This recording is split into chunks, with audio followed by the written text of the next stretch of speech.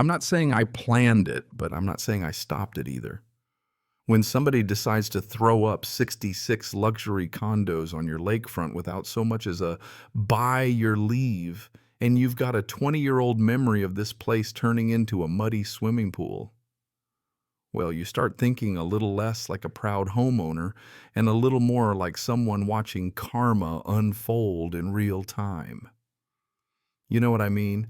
Let me tell you how I went from being a quiet old guy with a fishing pole to the neighbor everyone side-eyed as the world started to drown. And before I dive in, what would you have done if you were standing in my shoes?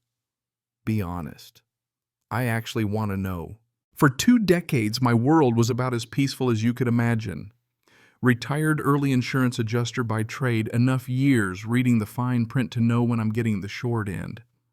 I bought my slice of heaven, a little log cabin right on Lake Crestview, Texas, 2 acres of woods and water, and not much else, just how I liked it. Life was fishing, reading, minding my own, waving at the mailman. That's about it. Then on a Tuesday in March, I heard it, the sound that spells doom for every rural retreat. Heavy machinery grinding and beeping coming down my road like an invading army. First thought was road work, maybe some neighbor getting a new septic. But then I saw the convoy, 3 pickups full of surveyors, 1 blindingly white Lexus, and a small mountain of construction gear. Out of the Lexus stepped Vivian Sterling, all heels and crisp suit, and a leather folder the size of a briefcase bomb, looking like she'd just left a Fortune 500 boardroom for a visit to my scruffy driveway. "Good morning, Leo," she called as if we'd ever met. Vivian Sterling, chairwoman of Lakeview Elite, HOA. "I trust you got our letter about the new development." I nearly spat out my coffee. Development. On my land. I tried not to sound panicked, but her crew was already unloading survey gear like they owned the dirt under my boots. "Ma'am, there's got to be a mistake. This is private property. You can't just show up and build whatever you want." Vivian gave me a smile so fake I could practically hear it crinkle. "Did you read your contract from 2003, page 23, subsection 4.7? She flipped open her portfolio, and sure enough, there it was highlighted in neon. The HOA reserved development rights to 60% of all waterfront property. She rattled off more legalese than a courthouse clerk. My stomach dropped out. I thought I'd read my contract, but let's be honest, who reads every page? Vivian's crew fanned out, staking the ground around my century-old oak like it was already theirs, and I stood there realizing that for 20 years I'd been living on borrowed time. I watched orange paint mark trees for removal, her people measuring, mapping, and ignoring every protest I threw at them. Somewhere in my head, something was screaming at me, but I couldn't catch the memory, just this vague feeling like I'd seen a disaster coming and forgot to warn anyone. I called every lawyer I could afford. Bob Richardson, divorce guy, read the contract and shook his head. "Leo, it's ironclad. You signed it, it's filed, HOA's legal." Next lawyer said the same, "Just charge me more. City Hall wouldn't help permits. Were all proper environmental assessments perfect. Nobody would lift a finger. I couldn't eat, couldn't sleep. By the end of the week, they'd bulldozed 2 football fields of woods and hauled off my oak. My heart broke watching them slice it up for firewood. I knew what loss tasted like, but nothing prepared me for this." But Vivian wasn't done. 3 days after they took my tree, an HOA violation notice appeared on my door grass too tall. Next day, my fishing boat violated a brand new rule about recreational watercraft. By week's end, $400 in fines. And when I finally lost it and kicked over my box of citations, out spilled another box, photos dusty and yellowed. One stuck out a photo from 1995, my cabin floating in what looked like a Texas-sized lake. No dock, just brown water up to the windows. I remembered the Great Flood. In 95, the lake swallowed everything for miles. Trees stuck out like fence posts. My cabin had nearly floated away. That night I called Vivian. "You win," I said. "You want to build. I'm too old for this fight."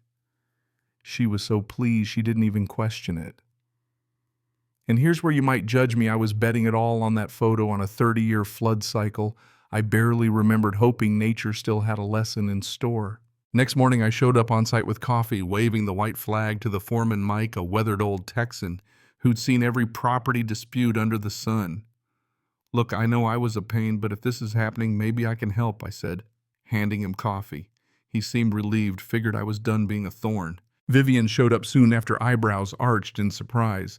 She started treating me like a local consultant. "Leo, where would buyers want to be? What features sell?" I answered honestly. "Folks want to be right by the water. Basements are great for storage. People move in before the rains."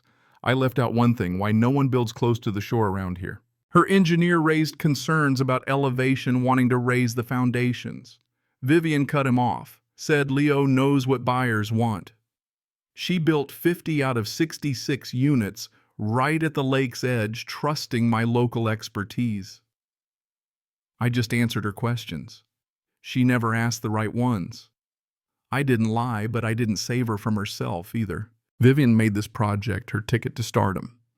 Grand opening day, she threw a party fit for royalty tents, catering media, the mayor, everyone. She gave a speech about 500-year flood protection, waved around 30 years of weather data, and I realized maybe it was time for a little history lesson. I brought my old photos and handed them to her in front of everyone, 8 clear shots from 95, the lake covering every inch of her brand new condos. People murmured, questions flew. "You built here. Was all this underwater?" Vivian brushed it off. "That was 30 years ago. Modern engineering solves everything." Folks relaxed, deals were signed, and I was labeled the cranky old-timer. That evening, as the party faded, a weather alert pinged my phone, a tropical system forming in the Gulf. Heavy rain predicted for Central Texas. I sat on my porch, coffee in hand, and waited. Rain came light at first, then hard, then biblical. By day 2, the lowest units were taking on water. Pumps worked overtime, but it was hopeless. By day 3, the lake matched the 95 floodline, exactly 21 units under by noon, 45 by nightfall, families evacuating with whatever they could grab. News crews captured the chaos.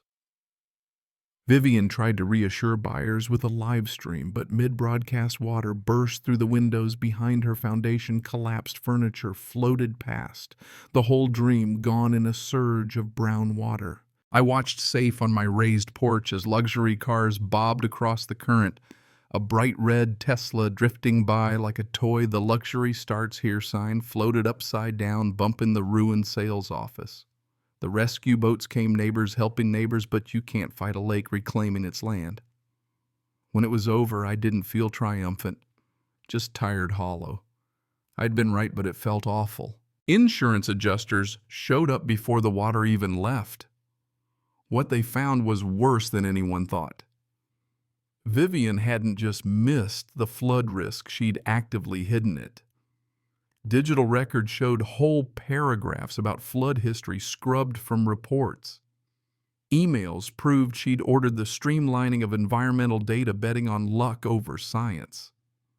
The feds came down hard. Fraud, embezzlement. She'd stolen $400,000 from the HOA's disaster fund to pay for her council campaign. The HOA went bankrupt. The site was condemned as a permanent flood zone, and every contract got tossed out by the city. Vivian went to prison, 18 months, banned from every HOA or political post for life. I got my land back, but at what cost? Families lost homes, life savings, dreams. None of them bad people, just folks who trusted the wrong suit. Even now, I sit on my porch looking out at the new natural preserve. No more condos, just water and trees, and the quiet that should have never left.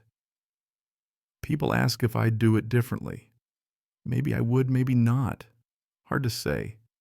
I didn't cause the flood, but I didn't stop it either. Sometimes being right hurts more than being wrong. So was I the villain here? Or just the guy with the longest memory? Tell me in the comments, did I go too far or not far enough? And if you've got your own HOA disaster, I want to hear it. Maybe we can all learn something before Mother Nature teaches the next lesson the hard way.